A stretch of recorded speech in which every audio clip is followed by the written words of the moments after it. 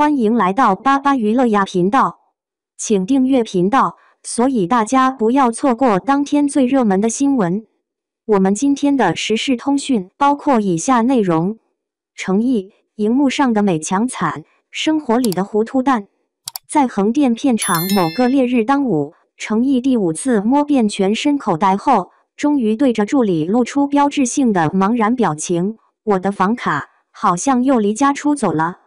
助理默默从自己口袋掏出卡片，长叹一声：“一哥，这次他在我这儿避难3小时了。”片场顿时笑倒一片，这已经是本月第7次房卡失踪案。谁能想到，在莲花楼里饰演稚气无双李香怡的诚意，私下竟是个能把手机扔进垃圾桶，端着咖啡找咖啡的糊涂蛋。粉丝们又爱又恨地送上外号“诚3岁”、“一糊涂”、迷糊美人。某次品牌活动后台，诚意认真对着空气练习了10分钟台词，直到经纪人提醒才发现面前根本没有采访记者。还有一次，他穿着2只不同颜色的袜子赶通告，被粉丝发现后自己乐了半天。我说今天怎么总觉得特别时尚？但最经典的莫过于那场著名的直播失踪事件，本来要展示居家生活的直播。诚意举着手机介绍冰箱内容时，突然被食材吸引，开始认真备菜，完全忘记正在直播。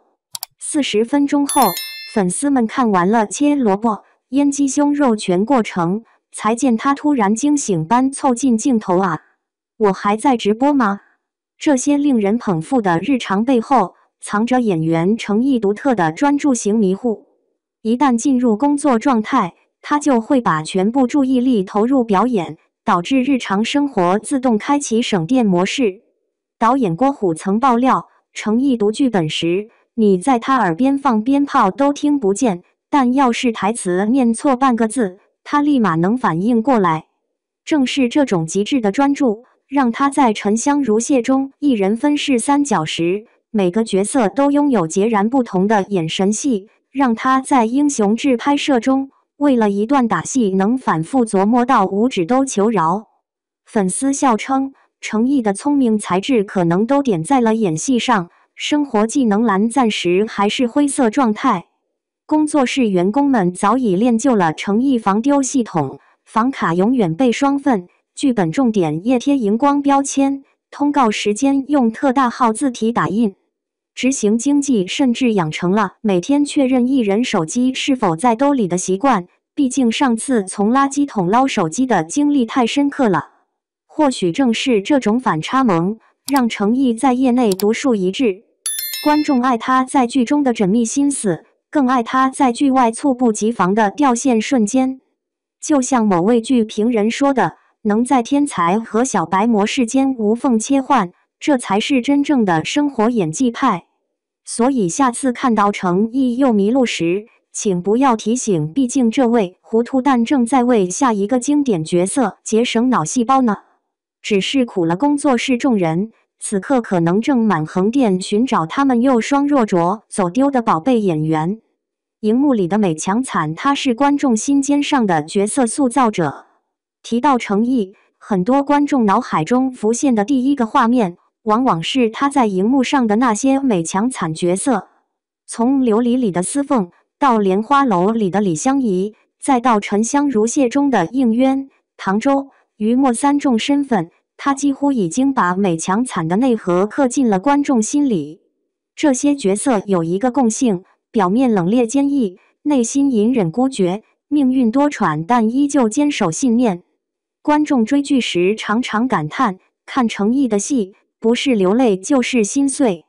尤其是莲花楼中的李香怡，她带着残躯行走江湖，却依旧用智慧与气度守护天下苍生。那种越惨越强的矛盾张力，被诚意诠释得淋漓尽致。有人说，诚意已经成为虐恋剧的代名词，观众甚至戏称，如果诚意新剧里一开始就幸福安稳，那大概率只是暴风雨前的宁静。这份带有宿命感的表演风格，令无数人一边心疼一边欲罢不能。可以说，荧幕上的诚意是观众心尖上的虐心担当。生活里的糊涂蛋掉线日常欢乐多。然而，戏里精明无双的志江，戏外却常常被粉丝调侃为糊涂蛋。这种反差感简直让人忍俊不禁。还记得在横店的那次房卡失踪案吗？大中午烈日当头，他第 N 次翻遍口袋，脸上写满了无助与茫然。最后助理无奈掏出房卡说：“一哥，他在我这儿避难呢。”现场工作人员全笑翻了，粉丝更是调侃李香怡机关算尽，程毅本人连房卡都保不住。除了房卡，他的丢三落四事迹数不胜数。垃圾桶捞手机，程毅有次不小心把手机和垃圾一块扔了，最后还是工作人员下手营救，成功从垃圾桶捞回。找不到咖啡，他明明手里端着咖啡，却一脸认真地四处张望。我的咖啡呢？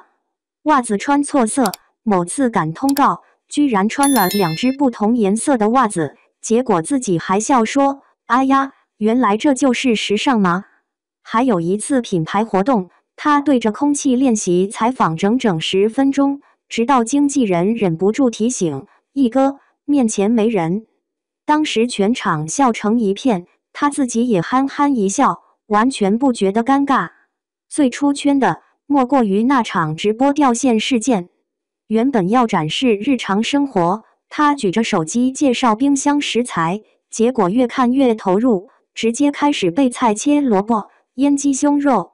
40分钟过去，粉丝们全程看了一场美食教学直播，最后程毅才突然反应过来啊，我还在直播吗？那一刻，弹幕几乎被哈哈哈哈刷屏。粉丝们总结出一个规律：程毅的掉线日常不是偶尔发生，而是随时随地都可能出现。于是外号层出不穷，程3岁、迷糊美人、一糊涂，大家嘴上调侃，心里却越来越宠。专注型迷糊戏里天才，戏外小白。有趣的是，程毅的糊涂并不是粗心，而是一种专注型迷糊。一旦进入工作模式，他会把所有注意力都投入到角色里，日常生活就自动切换到省电状态。导演郭虎就曾爆料，程毅读剧本时，你在他耳边放鞭炮都听不见，但如果台词错了一个字，他立马能纠正过来。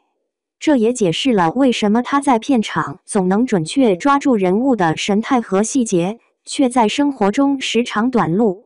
拍《沉香如屑》时，他一人分饰3角，每个角色的眼神都截然不同。应渊的威严，唐周的洒脱，于墨的深情，能做到这种细腻区分，靠的就是极致的专注力。在英雄志的动作戏中，他为了一招一式的流畅度，可以和五指反复琢磨几个小时，直到动作顺到骨子里。五指开玩笑说，和程毅合作，累是真累，但成果也是真好。粉丝调侃，程毅的智商点全加在演戏上了，生活技能栏还是灰色状态。工作室的防丢系统贴心又无奈，因为程毅的迷糊属性太稳定，工作室也早已练就了一整套防丢系统。房卡永远准备双份，剧本重点页贴上荧光标签，方便他随时翻阅。通告时间必须用特大号字体打印，确保不会漏看。执行经纪每天都要确认他手机是否在身上，以免再发生垃圾桶惊魂。可以说，团队几乎是在养孩子的模式下照顾他。一位工作人员无奈笑道：“只要程毅在，工作群就像防丢预警群。”但大家嘴上抱怨，心里却都心疼，因为他们知道这个演员把全部精力都献给了表演，生活里自然就会缺根弦。反差萌的魅力，观众为什么更爱他？事实上，正是这种戏里天才、戏外小白的反差，让程毅在观众心中格外有魅力。观众在剧中看到的是智勇双全、心思缜密的角色，但当镜头一关，现实中的他却会因为袜子穿反而傻笑半天。这种落差感反而让人觉得真实又可爱。在一个娱乐圈常常被精致人设、完美滤镜包裹的环境里，程毅的掉线瞬间像是一股清风，提醒大家，明星也是普通人，他们同样有迷糊、有笨拙的一面。某位剧评人曾这样总结：程毅能在天才和小白模式之间无缝切换，这本身就是一种生活中的演技。他不需要刻意卖萌，因为天然的反差就足够让人心动。粉丝们更是乐此不疲地收集成毅掉线名场面，甚至有人做了迷糊合集，每次重温都能笑到停不下来。与此同时，大家也会在心底默默感叹，幸好他把聪明才智都留给了角色，这样我们才会看到那么多经典的荧幕形象。所以，下次如果在新闻里看到程毅又迷路，请不要着急替他担心，毕竟这位糊涂蛋可能正悄悄把省下来的脑细胞投入到下一个角色的打磨中。只是可怜了工作室的工作人员，他们大概又要满横店寻找那个又双若浊走丢的宝贝演员。荧幕上，她是观众心头最虐的美强惨；生活里，她是让人又笑又爱的掉线美人。这种反差，正是程毅独一无二的魅力所在。